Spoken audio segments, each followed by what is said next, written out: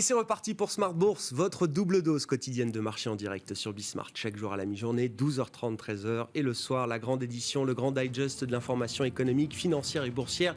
Pendant une heure, à partir de 18h30, au sommaire ce soir, le bilan du mois de juillet qui se termine ce soir sur les marchés, qui sera un mois à peu près positif, sur les grands indices en tout cas, aux États-Unis, en Europe, pour le CAC 40 entre autres, même si on termine sur une petite note baissière ce soir, pas de quoi s'inquiéter. L'Europe boursière a marqué de nouveaux sommets historiques à la faveur de la publication des résultats des grandes entreprises. On a marqué également des sommets historiques ces dernières heures encore sur les marchés américains, mais on sent quand même un peu plus de doute dans le marché, dans les marchés au sens large, quand on regarde les marchés obligataires, quand on regarde également la dynamique des marchés actions qui a quand même radicalement changé depuis quelques semaines, une paire de mois maintenant.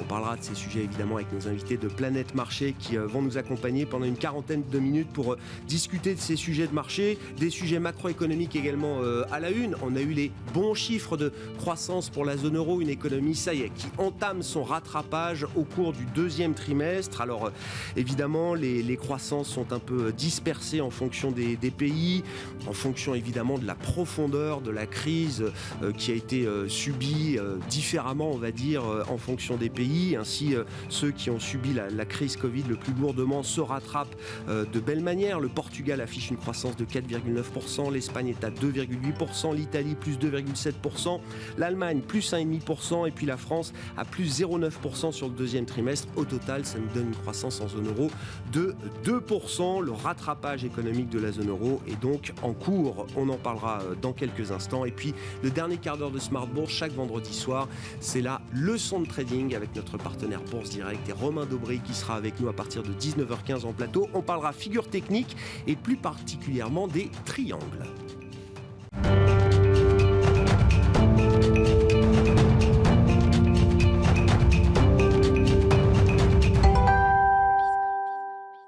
Et c'est une grosse journée de marché encore qui se termine en cette fin de semaine, en cette fin de mois de juillet. Beaucoup d'informations macroéconomiques, de résultats d'entreprises qui ont encore animé cette séance qui se termine légèrement dans le rouge pour le CAC. Le résumé complet, c'est avec Eva Ben Saadi depuis la salle de marché de Bourse Direct.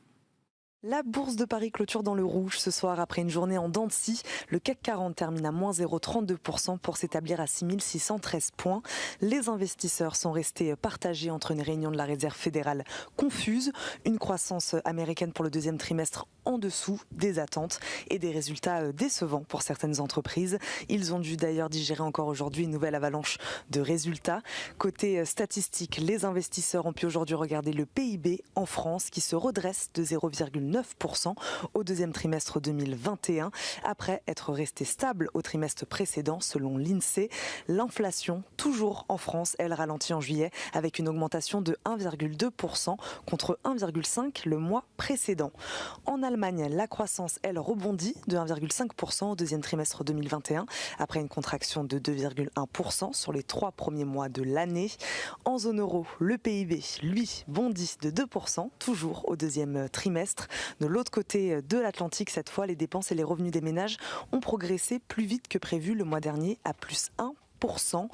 Les marchés ont pu regarder cet après-midi la confiance des consommateurs américains qui se dégrade un peu moins que prévu au mois de juillet, à en croire l'indice de l'Université du Michigan qui s'établit à 81,2.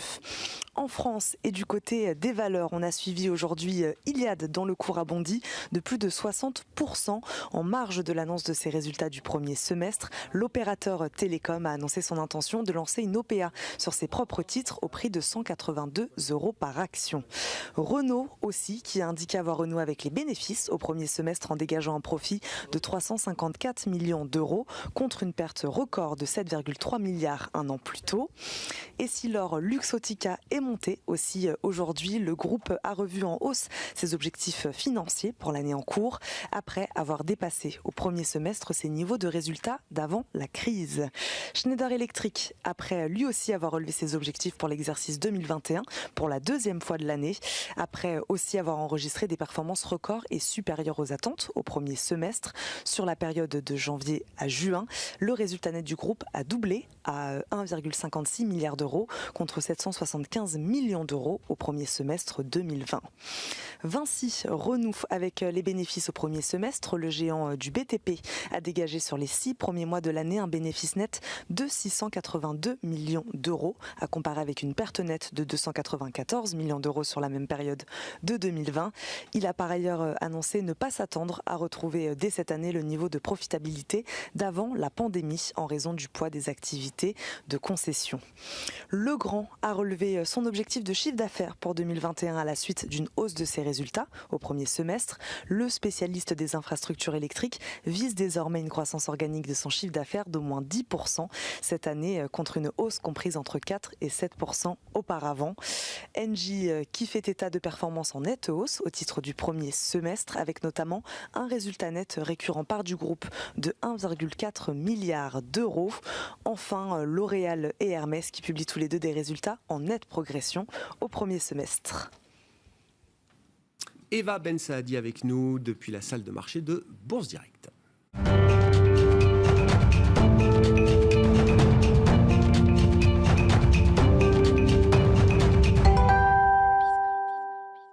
Deux invités avec nous ce soir pour décrypter les mouvements de la planète marché. Delphine Di Pidio-Tigier nous accompagne, DG d'Indosuez Gestion. Bonsoir Delphine. Bonsoir Grégoire. Bienvenue à Stéphane Déo qui est avec nous également. Bonsoir Stéphane. Bonsoir Grégoire. Merci d'être là. Vous êtes responsable de la stratégie chez Ostrom Asset Management. Justement, c'était l'objet de votre stratégie, votre publication hebdomadaire, vous et les équipes de stratégistes d'Ostrom Asset Management. Oui, commençons avec cette question. Pourquoi est-ce que les taux américains, les taux longs américains sont aussi bas en cette fin de mois de juillet? On est à 1,22, là je viens de regarder sur le 10 ans américain au moment où on se parle. On a vu légèrement plus bas au cours du mois, on est tombé à 1,15 je crois au plus bas si on veut être précis sur le 10 ans américain. Pourquoi est-ce que ces taux sont aussi bas? Comment est-ce qu'on peut traduire peut-être les messages envoyés par le marché obligataire? Je parlais de doute en introduction. Est-ce qu'il faut mettre ça sur le compte de doute, voire de peur légitime ou prétexte de la part des investisseurs? La question suivante, c'est est-ce que les taux sont amenés quand même à remonter? Est-ce qu'on peut imaginer un nouveau tour de reflation, de repentification de la courbe des taux, ou est-ce que tout ça est déjà consommé? Alors sur la baisse des taux, ce qui est surtout la baisse des taux américains, puisque ça fait depuis début avril, les taux n'arrêtent pas de baisser. Il y a en gros deux théories. Il y a une théorie qui nous dit l'économie va mal, ou en tout cas elle est moins bonne qu'attendue, il va y avoir un ralentissement. Moi, j'ai un peu du mal à acheter cette histoire-là parce que pour l'instant, on a toujours des indices de surprise qui sont positifs, donc des chiffres qui sont non seulement bons, mais meilleurs qu'attendus. Donc, on devrait être en train de réviser à la hausse, ce qui est en train de se passer. J'ai un peu du mal à justifier 3-4 mois de baisse des taux de telle ampleur juste sur les fondamentaux.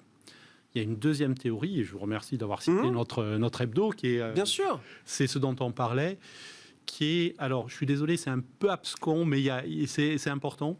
Quand le Trésor américain a des liquidités, il les place à la Fed. C'est comme vous, quand vous avez un compte au courant, sauf que là, c'était 1600 milliards de dollars. Donc, peut-être un peu plus que ce que vous avez. Un peu plus que mon compte courant. Quelques zéros en plus.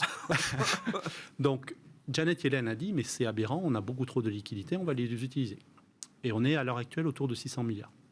Qu'est-ce que vous faites quand vous faites ça? Vous faites deux choses.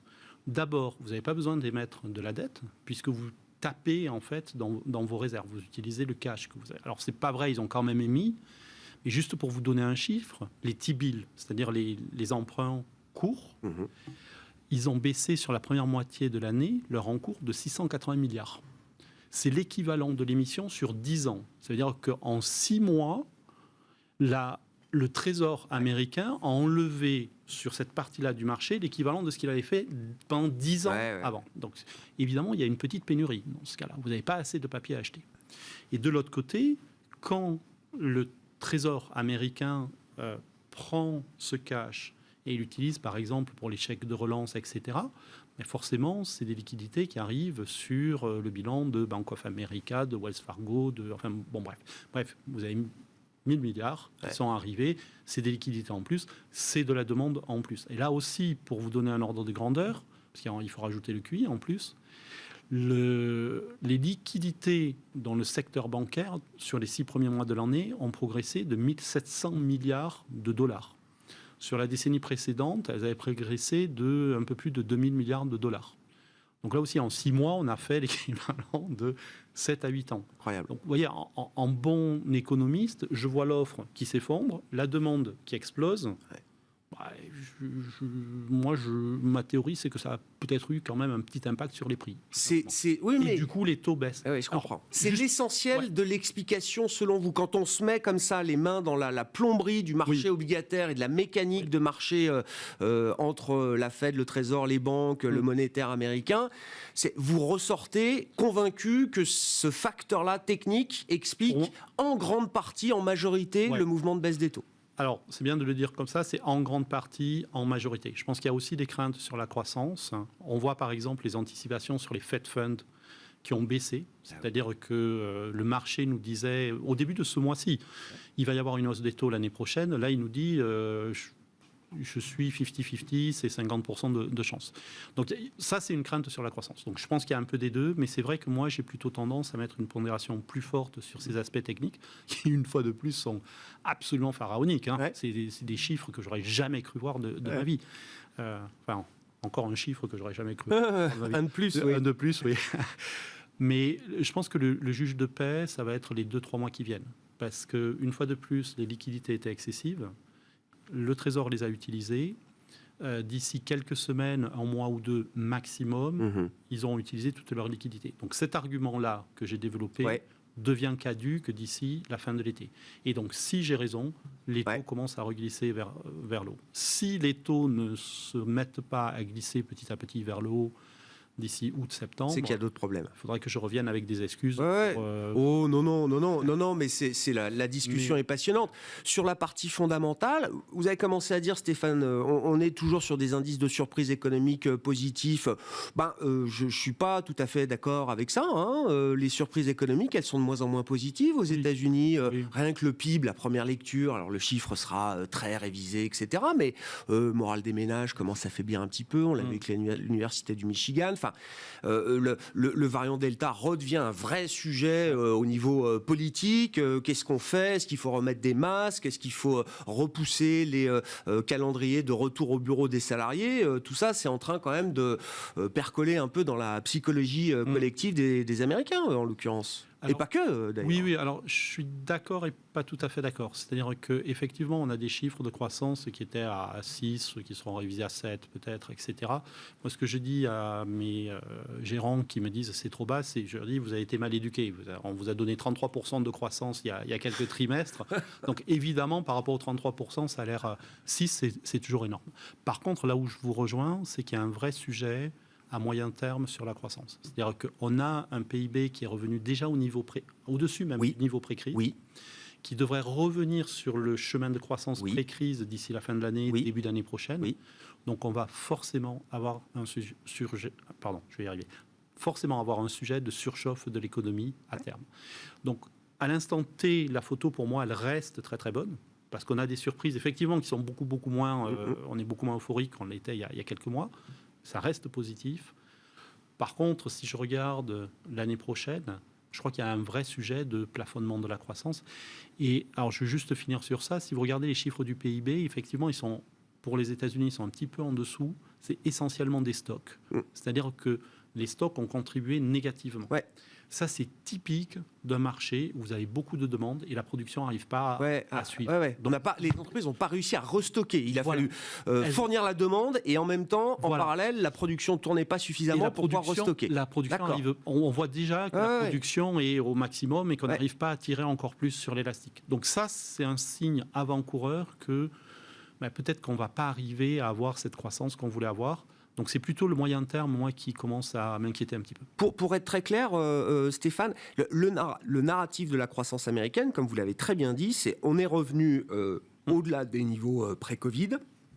On va revenir sur la tendance. On est à 2% de la tendance pré-Covid, selon les projections qui étaient faites à l'époque par le CBO, donc l'organisme du budget du Congrès américain chargé de ces projections. le narratif, c'était qu'on allait même dépasser cette tendance. Hein. Oui, tout à fait. Je suppose que vous avez vu mon compte Twitter, j'en parlais. Oui. Et, donc, et ça vous inquiète oui, alors non, ça m'inquiète pas, parce que si les prévisions sont justes, c'est très très bien, on a plein de croissance, on est heureux, etc. Le risque, c'est qu'à un moment donné, justement, la production n'arrive pas à suivre. Et donc, au lieu de générer de la croissance, vous générez de la surchauffe. Et donc là, vous avez tout d'un coup des mauvaises surprises, c'est-à-dire votre croissance qui est moins forte qu'attendue. Ouais. Et l'inflation. Voilà. D'accord. Et quand vous avez plein de demandes, pas beaucoup de production, les producteurs vont avoir l'idée de se dire peut-être qu'on va monter les prix.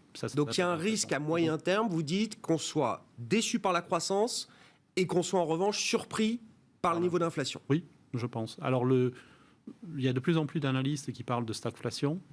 Bon, ça c'est un gros mot, c'est pousser le bouchon un peu loin, je trouve. Mais dans l'esprit, alors une fois de plus, pas de la stagflation, parce que c'est vraiment pousser le bouchon trop loin. Enfin, il ne faut jamais dire jamais, mais à mon avis, ce n'est pas le scénario central. Mais avoir l'année prochaine, tout d'un coup, des problèmes de production, donc une croissance qui s'essouffle très vite, et en même temps une persistance de l'inflation, c'est un scénario qui me semble très plausible, oui. Delphine, peut-être quelques commentaires, réactions au scénario proposé par Stéphane, et puis quel bilan effectivement vous faites de cette séquence estivale, ces doutes qui quand même reviennent au moins dans les discours. Bon, sur le marché, effectivement, c'est difficile de s'inquiéter. Les indices boursiers sont au plus haut. Donc, quand on regarde les choses comme ça dans l'absolu, on se dit qu'il n'y a pas péril en la demeure. Mais sous la surface, les mouvements sont un peu différents. Oui, pour revenir sur les taux, je suis assez en accord finalement avec Jérôme Powell qui reste très humble finalement par rapport à la situation. Parce que, en gros, ce qu'il dit, on n'a jamais connu une situation pareille. De crise aussi rapide comme on l'a eu l'année dernière, de retour rapide. N'ayons pas l'illusion que la croissance est délirante parce que c'est que temporaire et ça couvre. Enfin, c'est juste le retour à la normale. Et on ne sait pas quelles vont être les conséquences réellement de ce nouvel environnement, ce nouveau monde, même si le nouveau monde entre nous, aujourd'hui, il ressemble beaucoup à l'ancien. Mais il y a probablement des éléments disruptifs qui sont en train de se mettre en place et dont on n'a pas vu les conséquences. Et clairement, c'est lié au télétravail. Enfin, moi, je suis vraiment persuadée que lié au télétravail, il y a des éléments disruptifs dans l'organisation de la société qui sont en train de se mettre en place, qui sont probablement aussi liés à l'immobilier. On en parlait la dernière fois, mais sur l'immobilier américain. Et je pense qu'il faudra suivre de très près l'immobilier américain, parce qu'il rend complètement surchauffe, puisqu'il y a une sorte de vase communicant entre les grandes villes qui sont un peu vidées et puis des villes plus attractives. Les zones périphériques. Voilà. Bien Donc sûr. En fait, New York se vide pour aller à Miami, que ce soit les entreprises. D'ailleurs, plutôt les entreprises, parce que c'est moins cher. Et puis, aussi les particuliers. Pareil pour la Californie, au profit du Texas ou voire de l'État de Washington. Et donc, ça crée des déséquilibres. Mais au-delà de ça, il y a aussi... le marché immobilier est très tendu parce que... Et ce qu'on voit, et je lisais des statistiques, c'est quand même assez éloquent. Il y a quand même pas mal... Il y a aujourd'hui quasiment autant même voire plus de ménages qui sont en difficulté de paiement que lors des 3 années qui ont suivi la crise du subprime, donc des ménages qui sont retrouvés sans logement. Sur leur prêt immobilier, vous voulez dire ? Sur leur prêt immobilier. Oui, d'accord. Donc en fait, c'était 3 ou 4 millions de ménages.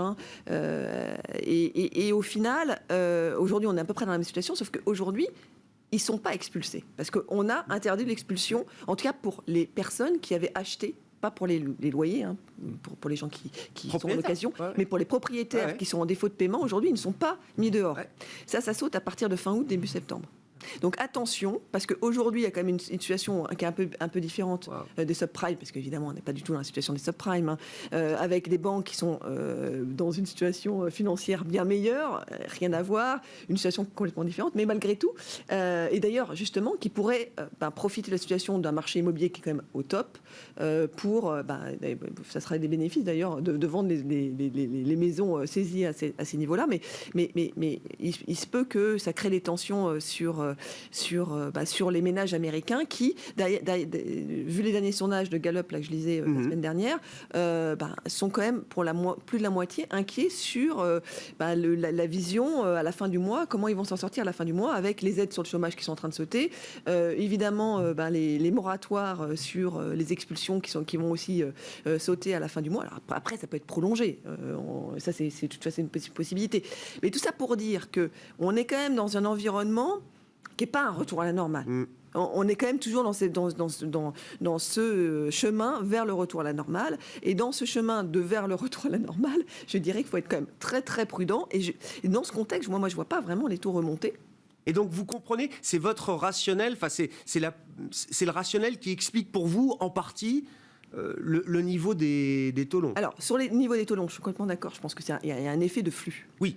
Ça, c'est clair. Et puis aussi le fait que les gestions en général n'étaient pas investies sur les taux, puisque tout le monde était short pensait taux à fin mars. Donc là, c'est clair. Il y a un effet. Américaine. Mais au-delà de ça, je pense qu'il y a des facteurs structurels qui font que les taux devraient quand même rester plutôt bas. Alors après, autour de entre 1 et 1,50 sur le 10 ans américain, c'est pas complètement, c'est pas non plus. Non, mais c'est très bas quand même. Ça reste bas. Oui. Pourquoi ? Parce que même si on revient sur les niveaux de croissance d'avant-crise, malgré tout, c'est pas forcément légitime de retrouver les taux d'avant-crise. Pourquoi ? Parce que, entre-temps, il s'est quand même passé quelque chose. Il s'est passé que le bilan de la Banque centrale a augmenté largement. On est passé de 4 000 milliards à je ne sais plus combien, 7 000, quelque chose comme ça. Oui, au moins 7 000. On approche des 8 000. Les 8 000, oui. Donc, on a quasiment doublé sur un an le bilan de la Banque centrale. Oui. Et, en un an, la Fed a acheté autant qu'en 10 ans, pour reprendre à peu près l'ordre de grandeur. Et que dans ces niveaux d'endettement qu'on n'a pas connus, qui n'a jamais été connu, à part lors de la Deuxième Guerre mondiale, il a fallu 30 ans pour rembourser. Et une des façons de rembourser, et là j'y crois beaucoup, c'est la répression financière. Et la répression financière, c'est quoi ? C'est de maintenir des actifs très chers, donc les taux très bas, notamment les obligations très chères. Donc si les obligations sont très chères, c'est que les taux sont très bas, pour pouvoir, avec une croissance qui devrait, on espère essayer de dépasser la croissance potentielle d'avant, générer un peu plus d'inflation. Mais au-delà d'un peu plus d'inflation, un peu plus de croissance, il faut maintenir des taux artificiellement bas pour pouvoir rembourser la dette. Ouais, mais alors là, là vous voulez tout d'un coup, Delphine. Vous voulez la croissance supérieure au régime précédent, un peu plus d'inflation et des taux plus bas que le régime précédent. Dans l'idéal, ça serait... Ah bah oui, non, mais je comprends que c'est idéal, mais c'est compliqué c'est un peu la quadrature du cercle quand même. Non, c'est envisageable. Alors, je trouve que c'est envisageable et je pense que quelque part, la Fed se met dans cet état-là, en tout cas à court terme. Ouais. Parce que là où elle nous a surpris, c'est la réunion dernière, pas celle-là, mais enfin... Oui, celle du mois de juin. C'est le mois de juin. Oui. C'est quand elle a dit que finalement, contre toute attente, elle annonçait ses dots, donc les anticipations de hausse des taux pour 2023, alors qu'on ne disait rien sur le tapering, donc sur le retrait des mesures quantitatives. Et ça, je pense que c'est quand même un message de dire, je me garde la possibilité de jouer sur la courbe, comme ils l'ont fait d'ailleurs sur les émissions, sur les T-bills, etc. Mais je me garde encore plus d'outils pour avoir de la flexibilité sur la courbe des taux. Et au final, j'annonce d'avance que sur les taux courts, qui sont les taux administrés, là, évidemment, où ils peuvent agir directement, probablement, si tout revient, c'est-à-dire si on revient à la target de la Fed, c'est-à-dire un emploi au plus bas, plus une inflation à 2% et une croissance proche du potentiel, c'est clair, on remonte les taux et progressivement. Ouais. Donc, au final, je pense que je crois quand même, je pense quand même c'est le chemin de la Fed. Mais vous croyez la Fed ? Oui, c'est ça. La nouvelle stratégie de la Fed, vous la trouvez crédible. Elle est crédible. Elle est complètement crédible. Et donc, elle se met en situation d'être peut-être encore plus en retard que ce qu'on aurait pu imaginer jusqu'à présent. Mais j'ai pas l'impression qu'en annonçant qu'elle va monter les taux en 2023, elle est en retard. Là, après, c'est un grand débat, mais est-ce que réellement on sera avant 2023 un retour à une situation normale, une croissance potentielle qui n'est pas liée au rebond lié à la crise, je ne pense pas qu'elle soit en retard en 2023. Et probablement même, on va reculer, d'ailleurs c'était ce que disait Stéphane, on anticipait 3 hausses des taux, le marché a anticipé 3 hausses des taux jusqu'à très récemment, une fin 2022, on en a enlevé 2023, on en a enlevé une. Ouais. Donc probablement, on va glisser ces prévisions de hausse des taux, j'ai l'impression, à fin 2023. Probablement. Bon, avec des débats intenses, aujourd'hui c'est James Bullard qui s'exprimait, je ne sais pas si c'est l'indicateur le plus fiable du consensus au sein de la Réserve fédérale américaine. Je vois Stéphane Déo qui fait non de la tête, il a une parole assez décalée et libre, James Bullard, mais lui il dit, moi dans mon idéal, il faut commencer le tapering à l'automne, le finir en mars 2022, se mettre en position de faire le lift-off, la première hausse de taux courant 2022 et continuer en 2023. Stéphane, dans votre scénario, dans votre idée, est-ce que la Fed prend un risque important si elle décale encore un peu plus que ce qu'on imagine le début de sa sortie de politique de crise? Alors, juste un mot sur Bullard. Il ne vote pas pour l'instant. Il votera l'année prochaine. Vous savez qu'il y a, il y a les membres permanents qui votent, qui sont permanents, et les membres des Fed locales, donc Bullard qui est de Saint-Louis, qui votent de manière... c'est tournant, oui, c'est donc, ça. Par contre, l'année prochaine, il vote, le jeune homme. Donc, il faut quand même écouter un petit peu ce qu'il dit. Non, moi, je pense que... Alors, sur la répression financière, oui, on y est dedans, et puis on y est pour longtemps, je pense.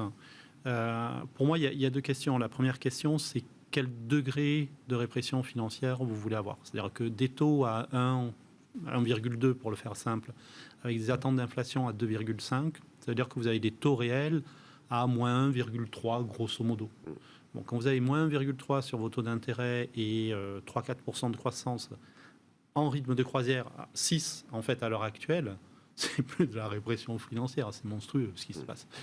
Donc qu'on reste sur des taux artificiellement bas, ça je pense qu'on est tous d'accord. La question c'est où est-ce qu'on met le curseur en fait. Et nous on aurait plutôt tendance à le mettre un petit peu plus haut.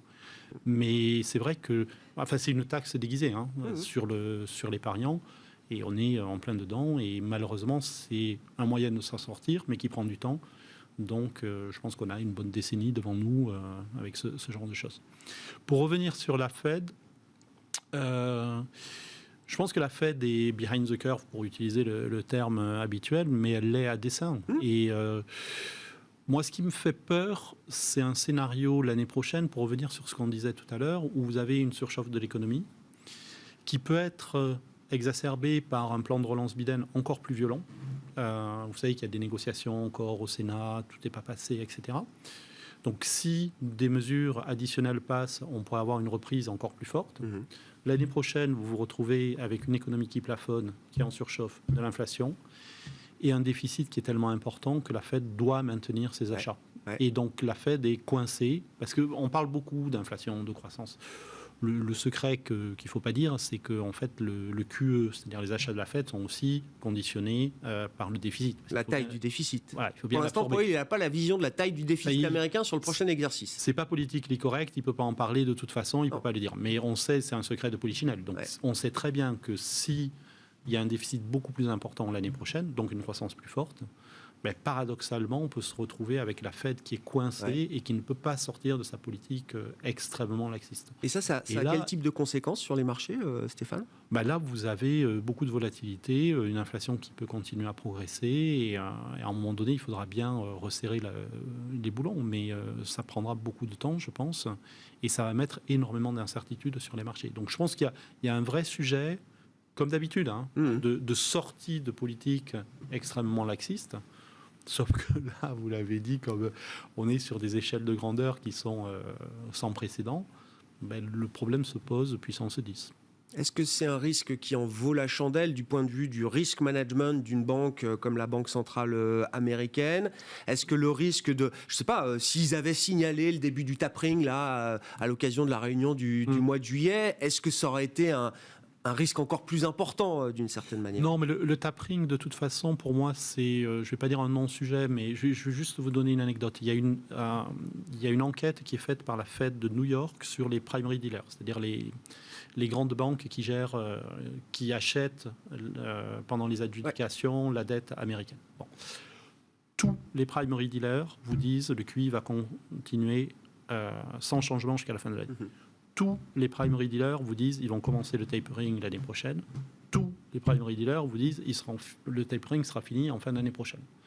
Donc, quand la Fed va nous dire, vous savez, en fait, on a décidé de faire du tapering l'année prochaine, on va dire, merci, mais on savait. Donc, je ne pense pas que ça crée un stress énorme. Alors, on peut se tromper. Hein. Il y a le traumatisme de 2013, vous savez, quand Bernanke avait parlé de réduire le QE, le taper tantrum. Et c'est tellement préparé, balisé, c'est tellement connu. Je pense qu'ils vont le faire petit à petit, l'annonce. Je ne pense pas que ce soit un sujet une source de volatilité importante pour les marchés. Delphine, justement, là, sur les marchés, on regarde beaucoup les taux et les taux guident beaucoup de choses aujourd'hui sur les marchés, à commencer par les marchés actions. Je le disais, la dynamique des marchés actions, elle a quand même profondément changé depuis 2 mois. Qu'est-ce que ça vous inspire? Et puis juste là, sur la séance du jour, c'est la petite remarque qu'on se faisait avant le début de l'émission. Les taux reculent. On est passé de 1,25 à 1,22 sur le 10 ans américain. C'est des tout petits mouvements du quotidien, on va dire. Généralement, les taux bas, ça profite aux valeurs à duration longue, en particulier aux valeurs de technologie américaine. Et aujourd'hui, la tech américaine recule, alors que les taux sont en train de baisser. Je sais pas, est-ce qu'il y a comment les petits signaux de marché là que vous suivez, qu'est-ce qui vous intéresse en ce moment, et est-ce que la situation est confortable? Les signaux, quand même, sont un peu... nous montrent qu'il faut être quand même plus prudent à court terme. Donc là, on a plutôt réduit le risque, nous. Peut-être trop en amont, puisqu'on a commencé à réduire le risque bien il y a 1 mois, mais là, encore cette semaine, on a réduit le risque. Mais vraiment, pour le coup, à court terme, sur le mois d'août. Comment on interprète ça? Je pense que les résultats, globalement, des entreprises, que ce soit aux États-Unis ou en Europe, ils sont bons. Dans les débuts de la série de publications, ça montait sur les bonnes nouvelles. Là, depuis 2 jours, ça baisse sur les bonnes nouvelles. Oui. Donc, finalement, est-ce que c'est aussi les opérateurs de marché qui partent en vacances ? Ce qui est aussi une prise de bénéfice. À la fin, on est quand même au plus haut, comme vous le disiez, on a 20%, enfin au 18 ou 20, au 18% depuis le début de l'année sur le S&P ou sur les marchés européens, plus de 22% sur le CAC en prenant les dividendes. Donc forcément, à un moment donné, on prend un peu les bénéfices avant de partir en vacances, on se dit on ne sait jamais.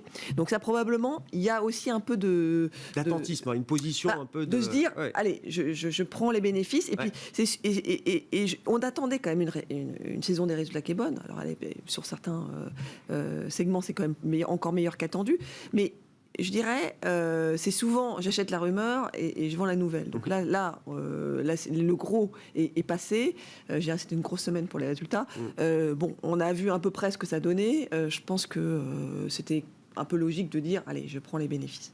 Après, il y a quand même un petit peu d'incertitude sur le variant, la 4e vague, même si on se dit, ça n'a pas l'air de saturer les hôpitaux, donc ça sera probablement pas autant, il n'y aura pas autant d'impact que la 3e vague ou les autres, évidemment. Mais il y a quand même un petit peu d'incertitude qui est en train de se construire. Donc, à court terme, je pense qu'il est plutôt sain de... Surtout, comme vous le disiez, c'est pas logique. Il y a des choses qui sont pas logiques. Et quand ça commence à être pas logique dans le marché, c'est que les flux prennent le dessus. Et les flux prennent le dessus. Là, clairement, encore une fois, je pense que les gens partent quand même un peu en vacances pour le mois d'août et prennent leurs bénéfices. Mais malgré tout, il est possible qu'on ait un peu de marché chahuté dans les semaines à venir. Ouais. Le variant, effectivement, on peut en dire un mot. Enfin, c'est une peur un peu prétexte, c'est un doute qui revient, qui pourra s'effacer rapidement.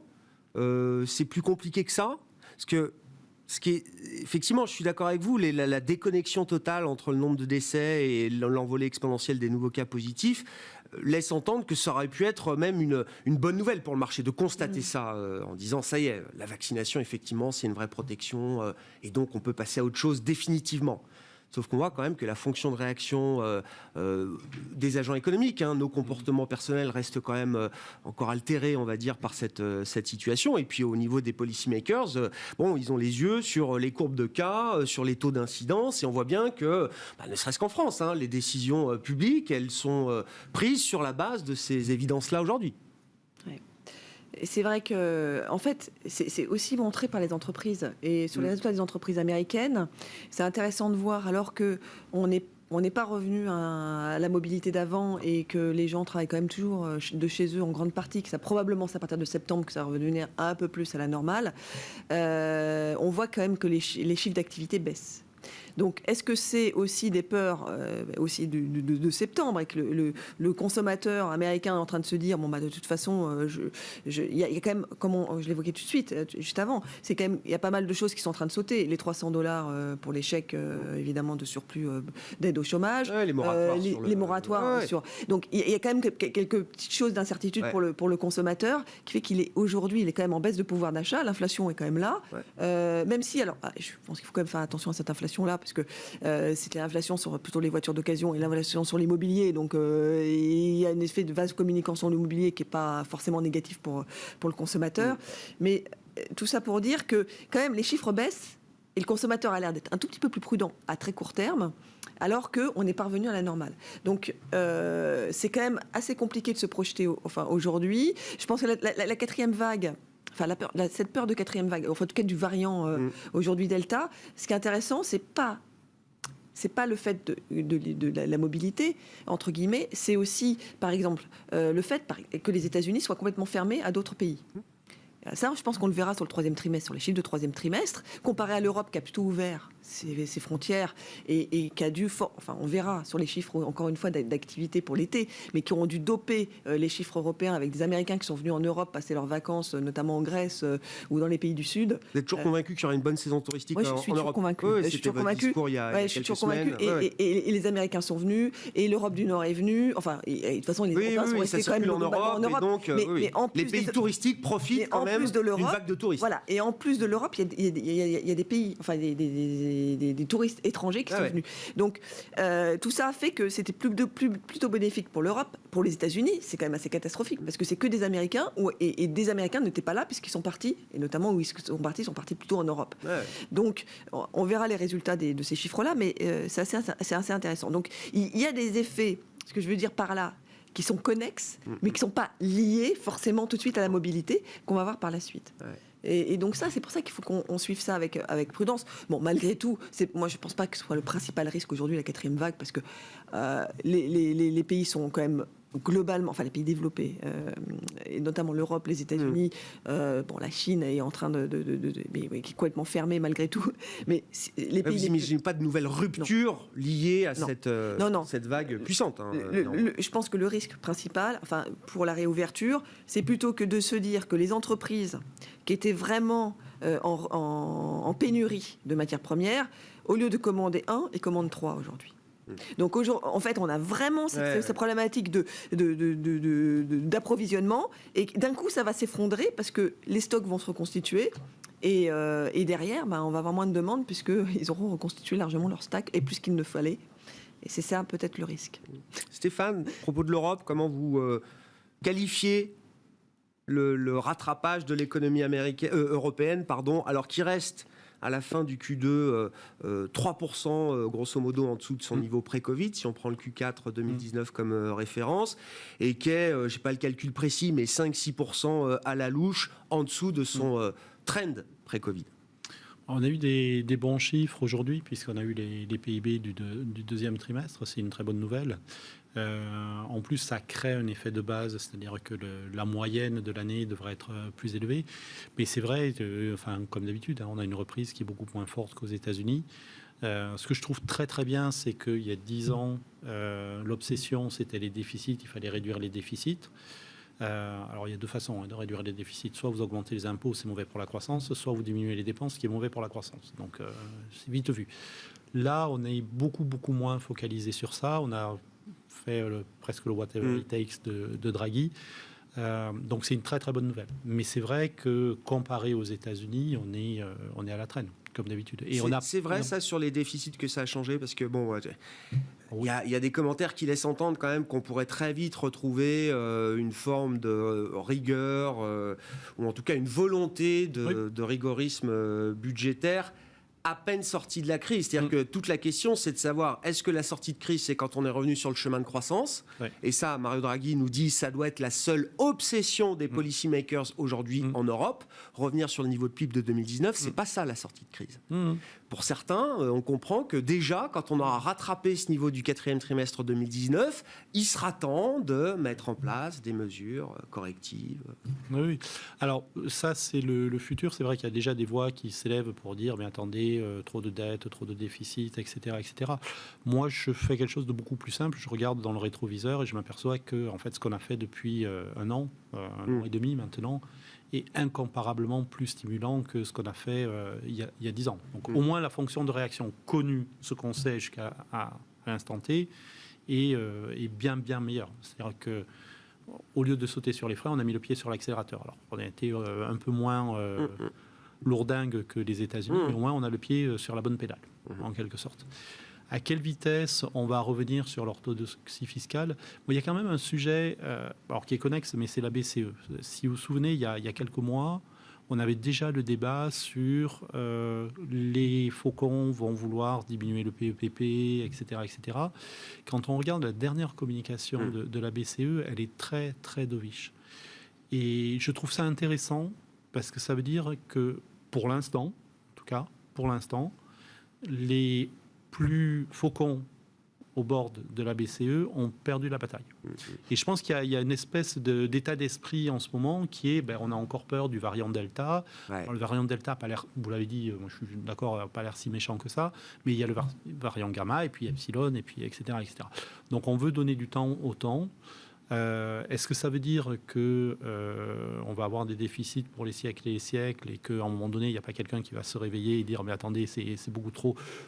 Je ne pense pas, mais au moins, profitons de la relance budgétaire qui est sans précédent en Europe. Depuis la Seconde Guerre mondiale, on n'avait jamais vu ça. Oui. Donc, c'est un peu comme d'habitude, c'est le verre à moitié plein. Les maths, oui, je suis d'accord. Sans précédent, dans l'absolu, on peut s'en satisfaire.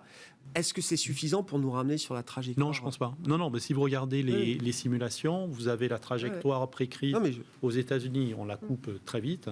En Europe, on tangente et puis on reste 1-2% au-dessous. Donc, on n'arrive pas à revenir. On revient au PIB pré-crise. Ça, c'est déjà très bien. Il nous a fallu, je rappelle, 9 ans la dernière fois pour y revenir. Là, on va faire le coup en 1 ou 2 ans, alors qu'on a une crise 3 fois pire. Donc, c'est pas mal. Mais on ne revient pas effectivement sur le chemin après-crise. Delphine, c'est la petite question pour finir. Est-ce que ce qui se passe en Chine, est-ce que ça remet en cause structurellement l'appétit des investisseurs internationaux pour les actifs chinois et les actifs ciblés aujourd'hui par le durcissement réglementaire, on les a tous en tête, il y a eu l'immobilier, le fintech, e-commerce, l'éducation également, là, qui sont les 4 grands secteurs qui font partie là, d'un programme de rectification, comme on dit à Pékin, qui va durer encore un petit peu. Déjà des opportunités pour l'investisseur global, ou est-ce que c'est un game changer pour du moyen long terme ?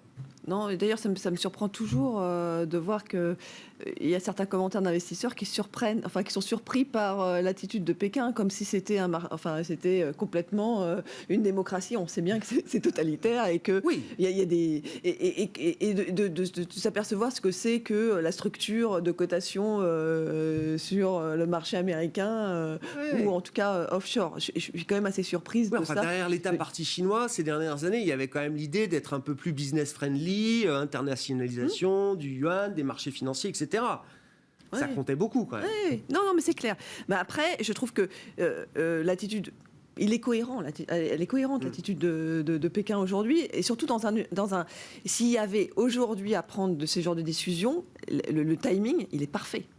On est pile poil porté par les marchés, le rebond des marchés internationaux. Donc, quitte à passer des choses qui sont plutôt mauvaises pour le marché, quitte à faire du sale boulot, autant le faire maintenant, parce qu'on est porté par le reste. et en plus, c'est les 100 ans du Parti communiste chinois. Donc, tout est parfait. Et de toute façon, on sait bien que de toute façon, c'est quand même relativement piloté. Donc, il nettoie un peu pour pas faire n'importe quoi, que ce soit sur la tech, pareil, qu'il y a aussi cette envie d'avoir un équilibre social et sur l'éducation, de ne pas faire aussi n'importe quoi et ne pas privilégier une partie de la population par rapport à une autre. C'est relativement logique. Bon, ils sont un peu extrémistes sur la partie éducation, mais globalement, ça part d'un sentiment d'égalité sociale qui va bien avec le pays.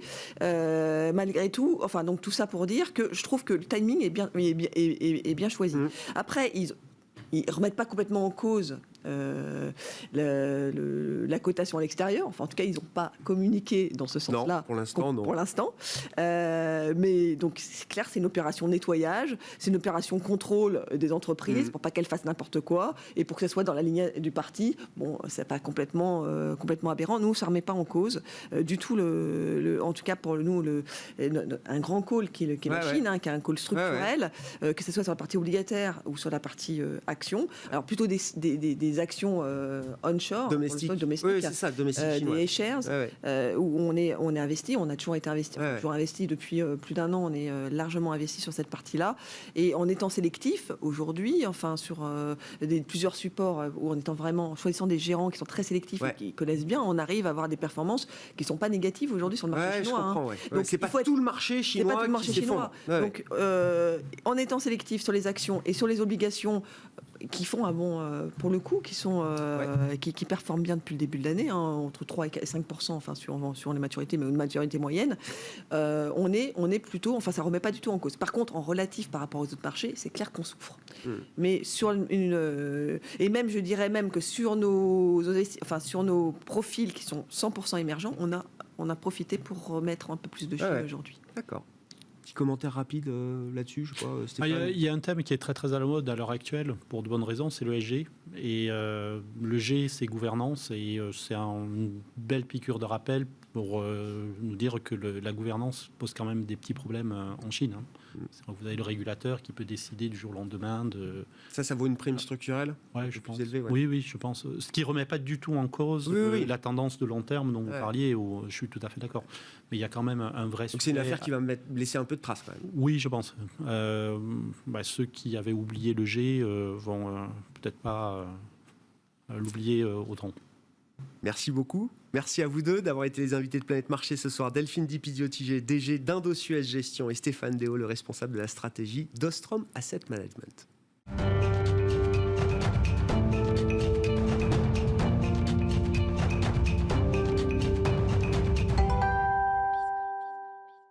Et pour bien conclure cette semaine, cette journée de marché, ce mois de marché également, la leçon de trading, la traditionnelle leçon de trading du vendredi soir 19h15 dans Smart Bourse, avec notre partenaire Bourse Direct et Romain Daubry à mes côtés en plateau. Salut Romain. Bonjour Grégoire. Merci d'être là. Je le disais en introduction tout à l'heure, on parle figure technique et on parle des triangles avec vous ce soir. Il y a plusieurs catégories de triangles et ce sont des figures alors très intéressantes, j'imagine, à observer. Les observer précise, et puis comprendre un petit peu ce que ça veut dire effectivement pour l'actif qui est la référence autour du triangle. C'est ça, il me semblait intéressant de refaire un point sur ces triangles, parce qu'ils sont un peu confondus, qu'il faut rappeler que l'analyse graphique répond à des critères précis, et que les triangles en font partie, que les critères de structure et de fonctionnement des triangles sont précis, et répondent à des notions de temps, des objectifs, et des niveaux de continuation ou de retournement. Généralement, ce sont des figures de continuation, mais il y en a aussi qui sont des figures de retournement, et il faut apprendre à les lire pour bien les travailler. Donc il me paraissait intéressant de refaire le point sur ces triangles. Il y en a 5 grands, il y a le symétrique, c'est le plus connu. Il y a les triangles rectangles qui sont très, très précis. Il y a les structures d'élargissement. On en parle de temps en temps. Il y en a une en ce moment sur le Nasdaq, on l'a évoqué en début de semaine dernière. Pas une très bonne nouvelle pour l'instant. En tout cas, ça laisse un petit doute dans ce marché. Et puis, il y a les drapeaux et fanions qui sont extrêmement précis et très fiables, que j'aime beaucoup, qui donnent des signaux bien précis et avec une fiabilité importante. Et puis, restent les biseaux. Les biseaux, ça sont des structures qui sont moins faciles à travailler, mais qui sont aussi intéressantes et qui sont assez fréquentes. Bon, et ben allons-y dans l'ordre. Le triangle symétrique, Romain. Alors, le triangle symétrique, généralement, c'est une figure de continuation.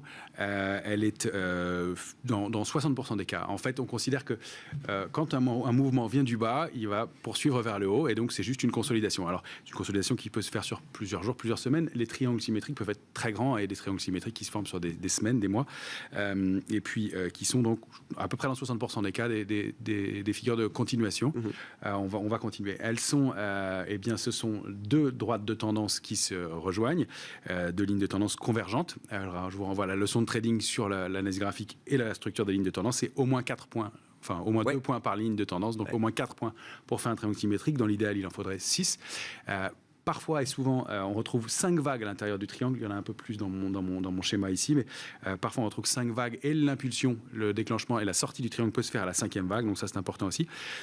On note 2 mots techniques aussi importants. La base du triangle, c'est la grande partie, et puis l'apex, la pointe du triangle, qui sont des repères techniques importants. La sortie d'un triangle symétrique, elle doit se faire avant les 2/3 ou les 3/4 de la structure. Ça, c'est important parce que, contrairement à ce qu'on pourrait penser intuitivement, plus on va arriver à la fin du triangle, plus acheteurs et vendeurs se sont neutralisés. Et moins il y a de surprises pour la sortie, entre guillemets, moins il va y avoir de débordements. Moins la figure a de pertinence, d'une certaine manière. Moins la figure a de pertinence. Et en général, le mouvement soit s'annule, soit est assez faible, il n'est pas très puissant.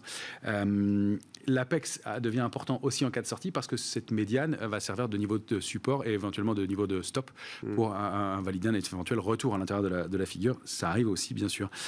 Donc maintenant, ce qu'on peut regarder, c'est comment mesurer la taille de l'objectif quand on sort de la structure.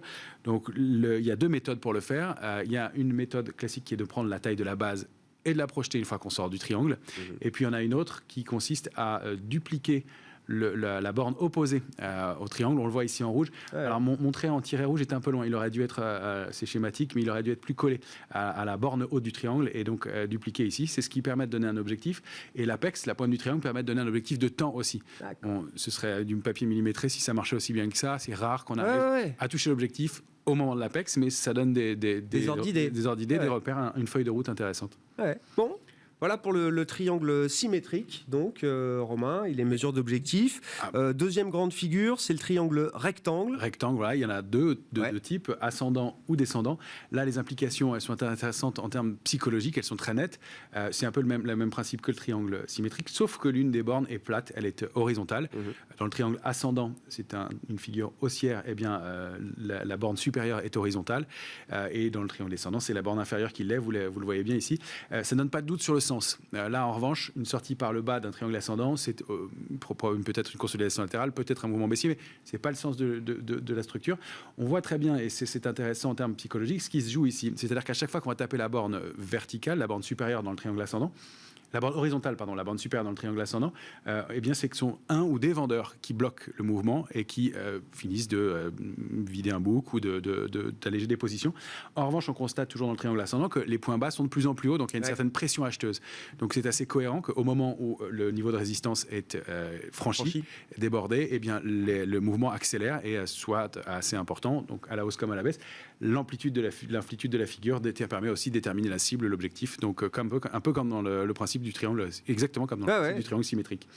Donc là, des implications plus claires, pas de doute, et puis on aime bien travailler avec des horizontales, c'est plus propre en général que les obliques pour les sorties, donc des figures qui fonctionnent assez bien. Très clair. Bon, il y a la formation de ce que vous appelez l'élargissement, effectivement. Ou triangle inversé, ou mégaphone. Ce sont des structures qu'on n'aime pas beaucoup, elles sont difficiles à travailler. En haut de marché, elles traduisent une certaine désorientation. On en a évoqué quelques-unes, il y en a quelques-unes qui ont fonctionné cette année.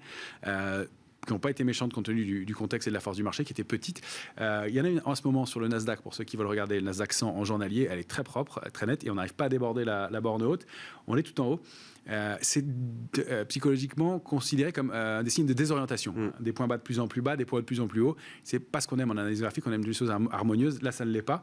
Même si les bornes sont touchées fréquemment, le contre-pied est assez fréquent et souvent, dans la 5e vague, est invalidée et il y a un mouvement de baisse qui se met en place assez brutal. Alors, il est difficile à travailler parce que les bornes sont pas propre, et puis parce que c'est difficile de déterminer une taille à cette structure. Donc en général, on va se servir des niveaux de support et de résistance pour aller chercher le mouvement.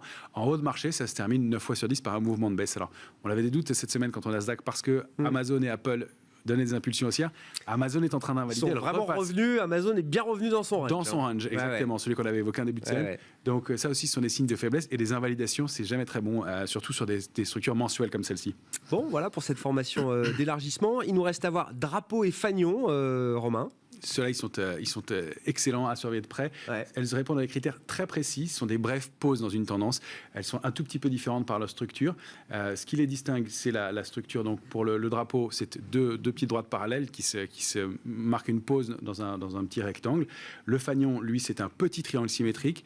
Ce qu'elles ont en commun, c'est qu'elles se forment après une grande accélération haussière bien nette, bien marquée, ce qu'on appelle le mât. Ah oui. Là, en bleu que vous voyez en bleu à l'écran, elles sont très fiables. Et donc, les autres critères importants, c'est que la pause doit se faire avec un assèchement des volumes, très clairement. Dans cette pause, dans cette zone de consolidation, il doit y avoir un assèchement des volumes. Et en revanche, une fois qu'on sort de la structure à nouveau, le volume doit revenir. Ça, c'est vraiment très important. Il est plus important dans une sortie, dans une figure haussière, puisque ce sont des figures haussières et baissières. On peut les retrouver dans un sens baissier aussi.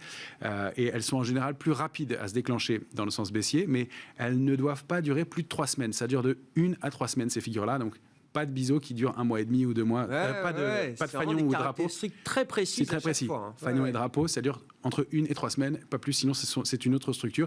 Ou sinon, elles sont invalidées. Et si vous les regardez, vous verrez qu'elles donnent de faux signaux et qu'elles ne sont pas propres.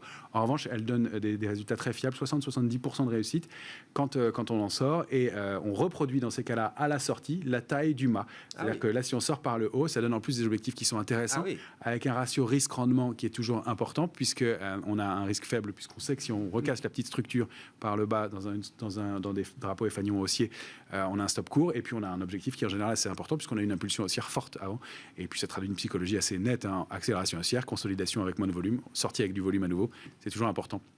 Bon, et pour conclure, donc, la dernière formation là, dans cette grande famille des triangles, la formation en biseau, ascendant ou descendant, Romain. Ascendant ou descendant, contrairement à ce que leur nom indique, le biseau ascendant, c'est une figure baissière, le biseau descendant, c'est une figure haussière. Ce sont des figures généralement de continuation, c'est-à-dire que ça correspond aussi à des pauses dans la tendance. Elles peuvent être éventuellement des figures de retournement en haut de marché.